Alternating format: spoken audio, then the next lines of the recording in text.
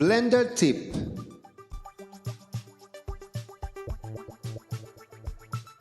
We will be going over one of the essential features, collections.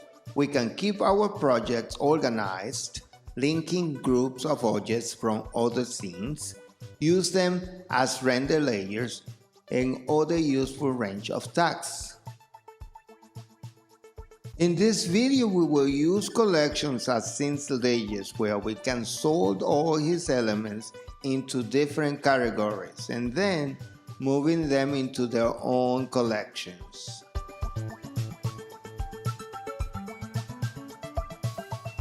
To organize your scene collection, just right-click on Clock and add a new collection by pressing New.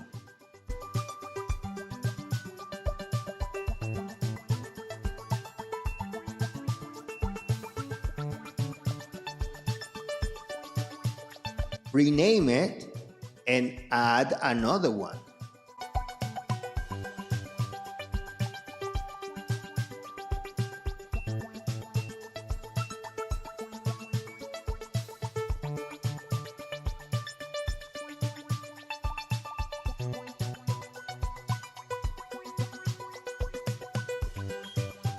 Drag each element to his own collections.